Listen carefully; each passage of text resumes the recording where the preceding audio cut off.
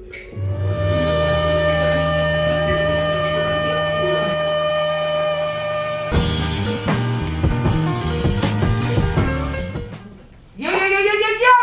your girl, Shut It Down. Thank y'all for tuning in to InDaZone. Yes, so we in this. What's cracking, y'all? What's up, man? We're finna get into a real serious topic, so we're gonna slow down the plan and get into some real things right now. You know what I'm saying? What's up, Yvonne? What's up? So, ATL natives, new motherfuckers moving to the ATL. If y'all don't know, there's a big epidemic happening around the Atlanta area, even across the U.S. Human trafficking, sex trafficking. Our babies are getting abducted, forced to be prostitutes, forced into situations that their minds can't even conceive, sometimes resulting in death, missing for years. We hear about it on the news and things like that. So we have the creators of Precious Cargo team. Precious Cargo is a web series hitting the broadcast land. We have Elaine, the producer and director, as well as Mr. Randall from PharaohShus Entertainment, ENT, to talk about the Precious Cargo movement. All right, let's welcome him to the show. Let me get a hand clap. Hey. Hello. All right, so you guys tell us about the Precious Cargo movement. What brought out this motivation for this type of web series? Let's hear it. What we wanted to do is shed a light on the topic and just how big a problem it is. It's $1 billion business, and so people from all walks of life and people that you would not even believe, public officials and people in high places and universities are all involved. So you have to be on your P's and Q's all the time as to the safety of your friends and family and children with this sex trafficking going on. So we wanted to create a series to just highlight some of the ways that girls get and young children get put into this type of activity.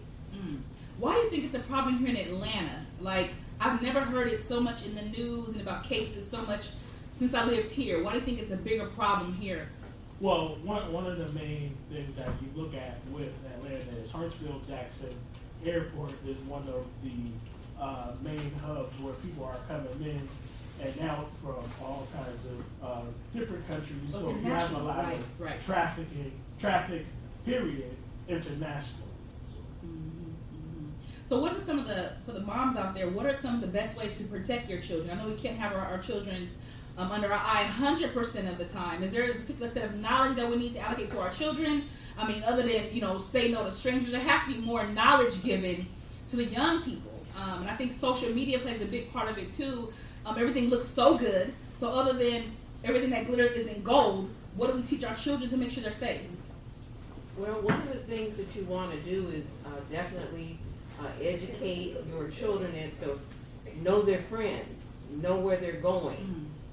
Keep your cell phones on and let everybody know. Young people have a tendency to want to keep their parents out, but part of the safety is making sure that everyone knows where you are at all times, that you're not putting yourself in harm's way in situations that are considered risky. If you know that they're going to have drugs and alcohol and you're not used to that environment, then don't go. So peer pressure is a beast. The major problem with this issue is that it's not something to where you can even really find like warning signs like that. We were just at the Delta event. It was actually at the street. Delta Sigma.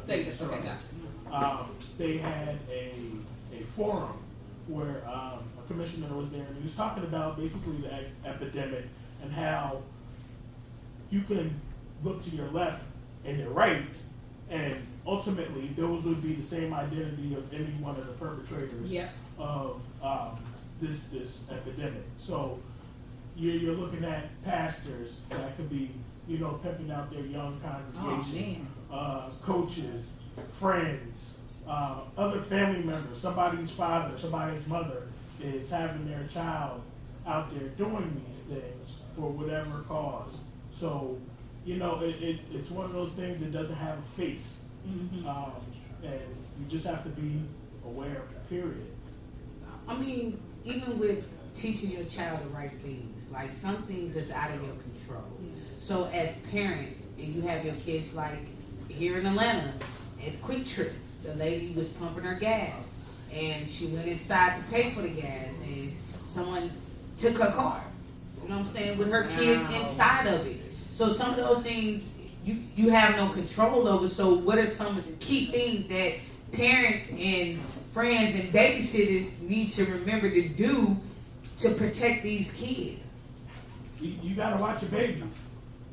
Period. Like it's not safe out here no more. You know, It's not a game. I think people have the idea that it won't happen to me. True. People think, Yeah. I mean, I live in Decatur, and I see every day, I see little babies, 1st, 2nd grade, walking to school by themselves. And it's not even at the summer solstice, it's still dark in the motherfucker outside. Right. Babies walking down the street by themselves. Now, the school is not far. I mean, it's like a 2 mile block, not 2 mile, but 2 blocks away. But the babies get snatched out. I'll take the person to pull up dark tent and they gone. I mean, we live on a side street. We don't live on a main street. We got to do left and right to get to the main street. Somebody snatch these babies up. I think people have the idea that it won't happen to them until it hits home, until it's too late, and that's what's sad about it. And That's not what's only sad about that, but we've kind of gone through a generation where everybody is more on their own. Like we don't have the extended families, Yep. and where the climate in the neighborhood even to watch everybody else's children. But Right. it does take a village, and you see girls or people doing risky things that put them in harm's way. You know, you still got to get involved. Let their parents know that, you know, you think that this particular young lady or whatever is having activity that could put her into some type of life like this. Yeah. And do something about it, not just, you know, look at it, observe, and laugh about it, or maybe just not turn your back on Absolutely. that situation. Absolutely. Now, I do have my pinky in the Precious Cargo production as the production assistant, so I kind of know what's going on. This project is going to be a web series. Now, when is it set? I don't know. When is it set to drop in the broadcast world? When is it going to happen? We're looking at releasing it in July 2018. So up until then, be on the lookout for trailers. We're accepting assistance with this project as well. So Now, assistance, you mean casting details, cast and crew, all of that? casting, crew, resources. We're still looking for locations. If you can't help physically, we definitely will accept monetary. Okay, definitely. So y'all heard him. We are looking for casting. We're looking for project coordinators on this. Any location scouts, definitely be a part of the Precious Cargo. Spread the word about human trafficking in Atlanta. Let's get some of these babies brought home safely and prevent some of these babies from being taken and put into a world that they are not even ready for. Now, if you're looking for casting, if you want to be part of this great project, you can send all your casting information, your headshots, your reels, bios, and things of that sort to preciouscargoseries@gmail.com. That's preciouscargoseries@gmail.com. This project is set to launch, you said July 2018? Yes. I'm excited. I'm excited to see this. This is something that's kept under wraps. I mean, especially when it comes to our African American children. If little Becky gets kidnapped, it's posted all over the news. You see missing flyers, back in milk cartons. But when it's little Laquan from down the block, it's not as publicized. And that's a sad thing. That's a sad thing. I have a daughter that's 6 years old. You know what I mean? So, preciouscargoseries@gmail.com. That's correct. All right. Any more details you want to talk about in the Precious Cargo movement? Have you guys been a victim of, or had anybody in your family be abducted or anything like that? Fortunately, not. I had an issue when I was younger, and I've told this story before, where I was maybe 5 or so in preschool, and I'm playing in the playground, and group of young men, maybe 19 to 23 or something, come ask my name. Now me, dumb little kid, just says, "Hey, my name's Randall or whatever. This is East Orange, New Jersey." Or now it's not New York or anything, but still, I probably should have known, but I wasn't really thinking. All right, so we go inside for nap time, and these gentlemen come inside of the actual facility. Wow, I wanted your ass. Yeah, right. and go to the teachers and ask and say, "We're Randall's uncle. We come to pick him up." So the teacher comes to me, asks, "Are these your uncles?" Of course, I'm like, "No, I don't know them." They are evicted out of the building, and on the way out, they mush me in the head, I guess, because they're upset that their plan was foiled. So that could end it so. That could end it so bad. Exactly. And fortunately, I wasn't one that ended up going in that car, and that I may not be here talking about this at all. And it unfortunately is not even limited to girls. This issue of sex trafficking. Yeah. So I remember a real quick story too when I was in my Langston, Oklahoma, my alma mater. Shout out to Langston University, Oklahoma. Hey. Yeah, exactly. But anyway, I remember it was a homecoming event and I had one of my girlfriends watching my son, and it was homecoming. We had so much stuff going on. I went to take the keys to a friend of mine, and I came back and my son was gone. And then you guys know me in real life, I have a big old imagination. So I'm thinking somebody got his ass tied up somewhere. Right. Somebody brought that crazy Uncle John to homecoming in and snatched up my son. Luckily, by the grace of God, the police found him chasing a ball in the parking lot. But even still, he could have got hit by a car. Right. I mean, there's so many crazy things going on in this world that we don't even think about. So that was my small bit of, oh my God, when my son came up missing. It seemed like forever. It was only like 10 minutes. But we got to keep an eye on our babies.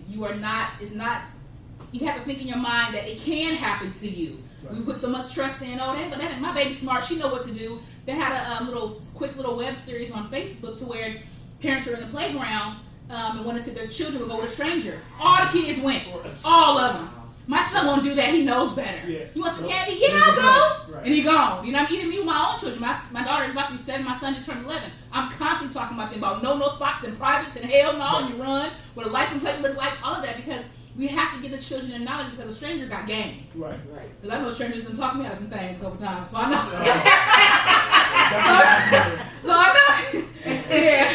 And you don't want your children to sit there and be one of those, kids to where they're completely guarded against strangers. You want them naive, but there's levels to it. I'm looking at my daughter and she's waving hi to everyone that she comes across, and at some point I'm like, all right. That's enough of this. We gotta nip this in the bud immediately because this could turn into something real different and real bad really quick. So. Yeah. I got a question. I'm from Columbus, Ohio. We got real strong after hours, late night culture.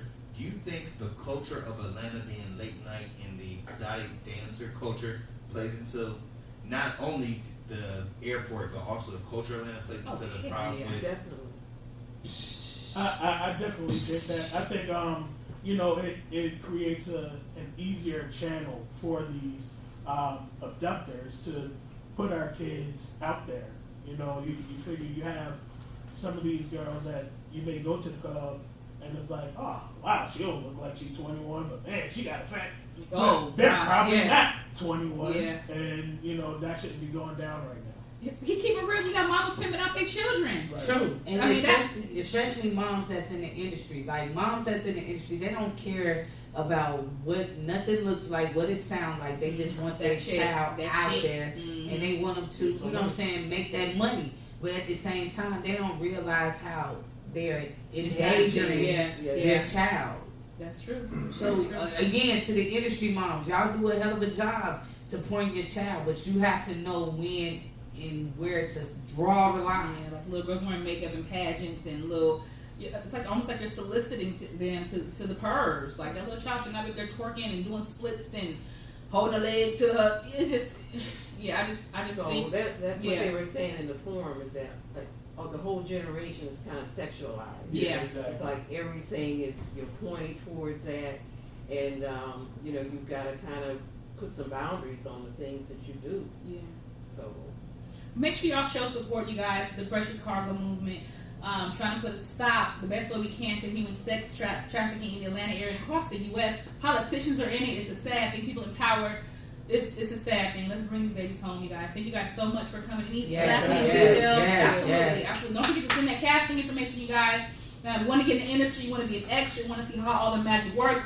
Definitely send your email, your headshots to preciouscargoseries@gmail.com. preciouscargoseries@gmail.com. We'll check for that. Check your credentials. Want you to be a part of this epic history in the making for human sex trafficking. All right. Let's get a hand clap for these amazing people.